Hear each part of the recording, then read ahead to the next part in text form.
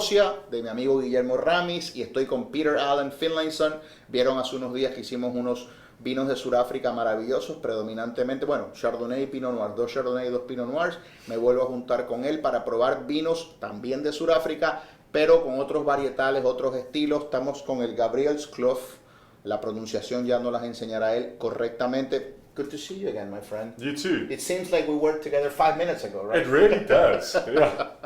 So I'm not gonna get into your visit to Puerto Rico or what you did this morning because we touched that on the other interview. Cool. I just want to go into this winery. What can you tell me about Gabriëlskloof and how do you pronounce it? So in Afrikaans you would pronounce it Gabriëlskloof, but I think because we're here in Puerto Rico, we'll call it Gabriëlskloof. Okay. Yeah. So it was started by my father-in-law, Bernard Haynes, in 2001.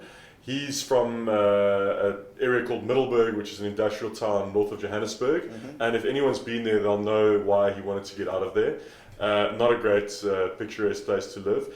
And he had a love of wine, particularly red wine. So he scouted for a site where he could make cool climate versions of Rhone and Bordeaux varieties. And that's how he ended up here. So vineyards were planted in 2003. Mainly red varieties, and then some white, and we also buy in some white grape varieties. Nice. Let's get into this Sauvignon Blanc Wild Ferment 2020. What can you tell me? And cheers. Cheers. Good to see you again. Cheers. What can you tell me about this wine? So it's 80% of our own fruit and then 20% from Elgin, which is a really, really cool area. It's wild ferment, so you don't get your kind of classic Marlborough sort of very lifted fruit, tropical aromas. It's a little more on the kind of the green, herbaceous side, but there's a bit of gooseberry there, lime Cutting leaf. the grass. There's a tad of passion fruit. Yeah. But what I'm loving here is this green note, and the Sauvignon comes from the Sauvage, it's wild. Totally. It feels like this fresh cut grass in the morning, and wow, this is an incredible nose, incredible nose. I'm loving it. It has a tad of, I don't want to say ammonia because that's a negative term in wine, but it does remind me of that flinty French-like characteristics of certain Sancerres. Yeah, there's definitely a Sancerre kind of, I think people that are more kind of interested in that style of Sauvignon will bond more with this wine than people that are really into their Marlboros. It's funky, man. It's got a very particular nose. Yeah. Lovely. Let me taste it. Super. So beautiful. Wow. Delicious wine. Yeah. The mouthfeel is different. I mean the acidity is there. Loving it.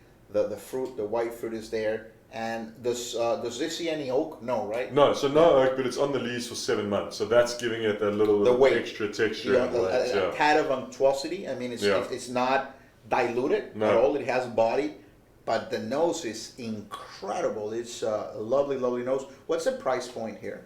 You're talking about $25 more. Wow, this is a unique wine. I mean, if you want to bring home a different kind of wine, just say I have a wild ferment Sauvignon Blanc out of South Africa for $25. This is a delicious wine. Man, what do you pair this? What do you pair this with? So this we would look. So we actually have my wife's uncle. He makes goat's milk cheese. So we would use some of his, cheese to make a salad with some basil leaves, some fresh lettuce, some tomato, and that would be absolutely perfect with this wine. It's incredible. Yeah. I am taken away by the nose here. I could smell this all day. I mean, I could wear this as cologne. All right, let's get into the Chenin Blanc. I wouldn't recommend that. Well, maybe I could attract. Well, I would attract ladies. Bees and flies too, right? You would, yeah. A particular type of lady, but yeah. Chenin Blanc. Oh my God, love it. Like, there's a little bit of white honey here. Such a beautiful grape.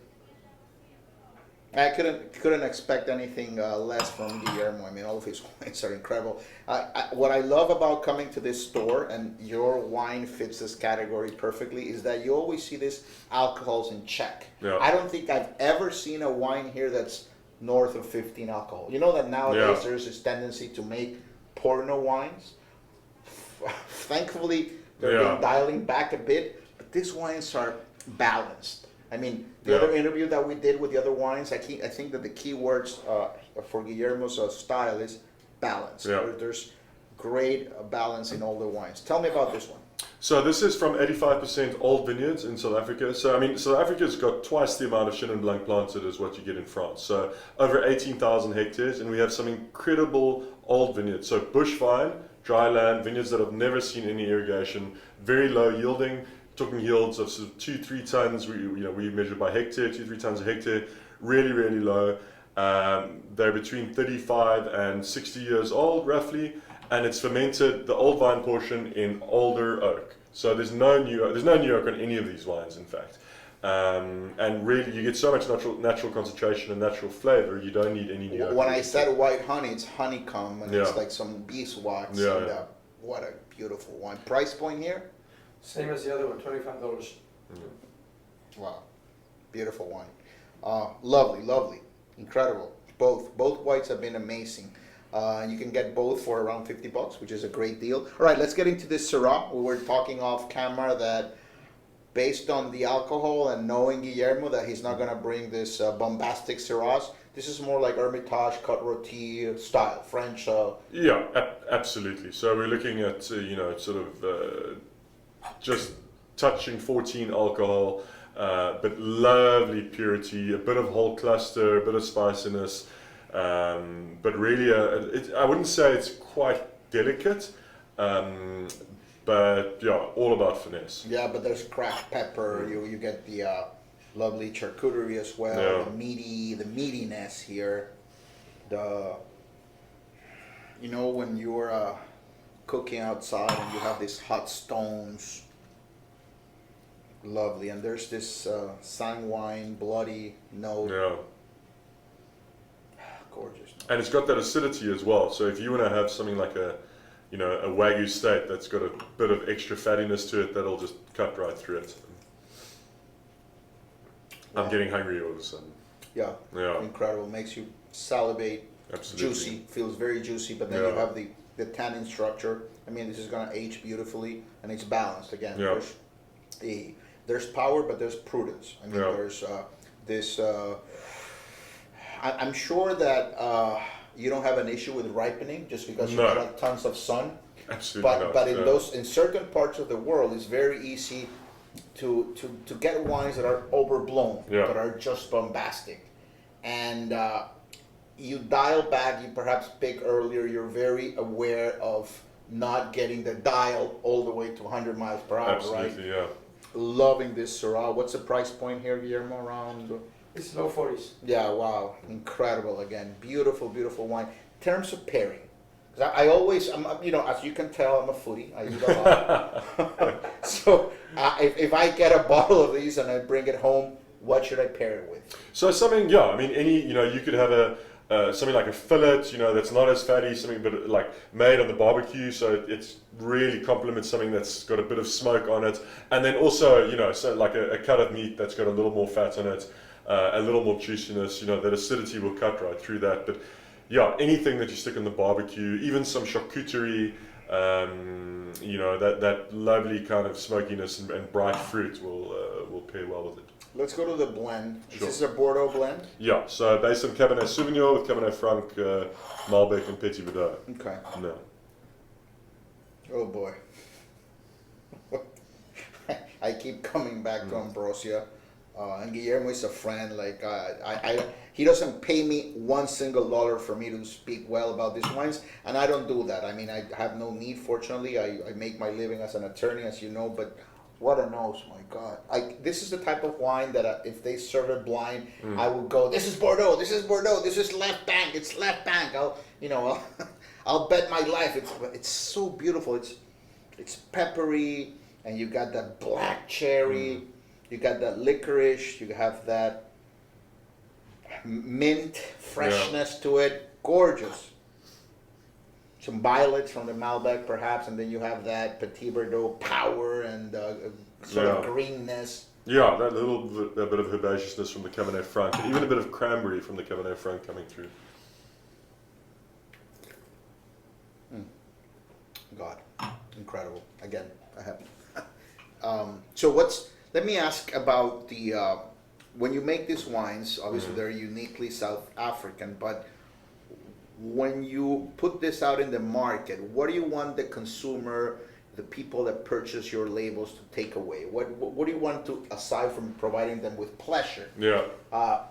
What do you communicate with when you put these wines out in the market? What are you trying to communicate? I think just to show people what South Africa is capable of. You know, it's a warm country, but we can really make incredibly elegant wines. You know, and wines of character, wines that are different. You know, and I think you alluded to it in the first tasting. You know, our wines are really somewhere between the old and the new world.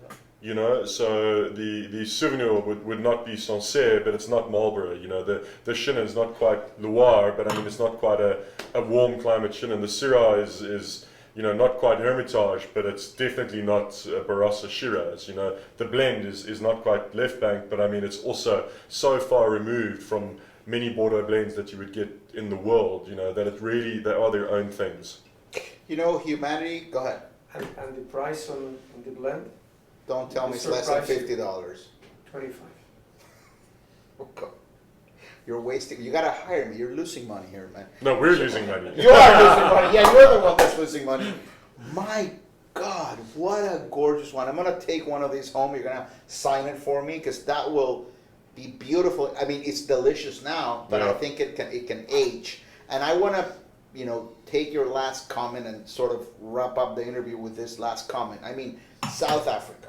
The humanity comes from Africa. The planet comes from Africa. We know that all the continents stem from there. So I'm not going to say that you have a bit of Europe, a bit of New World, but what's the style of South African? Like, I mean, it's a broad question. I don't want you to respond for the whole country. Yeah. But in terms of the wines that you make, aside from conveying that they're high quality, what do you think makes South Africa unique or different from other parts of the world in terms of winemaking? And this is a question not only focused on your particular labels, but perhaps the soil. What makes South Africa unique as opposed Look, to I mean, South Africa's got some of the oldest soils in the world, you know, and I think that any winemaker that respects the soil and respects the place conveys a certain South Africanness, you know, in the wines that we produce. You know, we're talking soils that are between 500 and 600 million years old. You know, and I really do think that gives our wines like a certain sense of heritage, of gravitas, which makes them, you know, totally unique. Yeah, they're fantastic. They're incredible wines. Thank you so much. Thank you, Guillermo. Thank you to everyone in Ambrosia. Prueben estos vinos, mi gente, no tengo palabras, me he quedado bastante sorprendido, no tanto porque los consigo aquí, porque todos los vinos que trae Guillermo en Ambrosia son espectaculares, sino porque pienso, ¿por qué ha pasado tanto tiempo antes de yo conocerlos? Deliciosos vinos, Sauvignon Blanc, Chenin Blanc, Syrah. ¿En cuánto está el Syrah, Guillermo, más o menos? Tengo 42 por ahí. $42, este blend al final en 25, de locos. ¿Y el Sauvignon Blanc en cuánto está?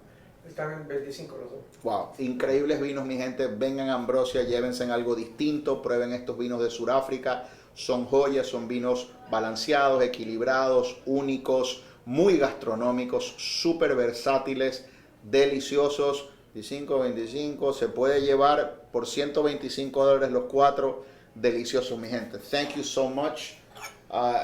Man, you gotta come back. I absolutely will. Yeah. You gotta come back to Puerto Rico. Muchas gracias, mi gente. Ha sido un placer. Cheers. Gracias por su sintonía. Un abrazo. Salud.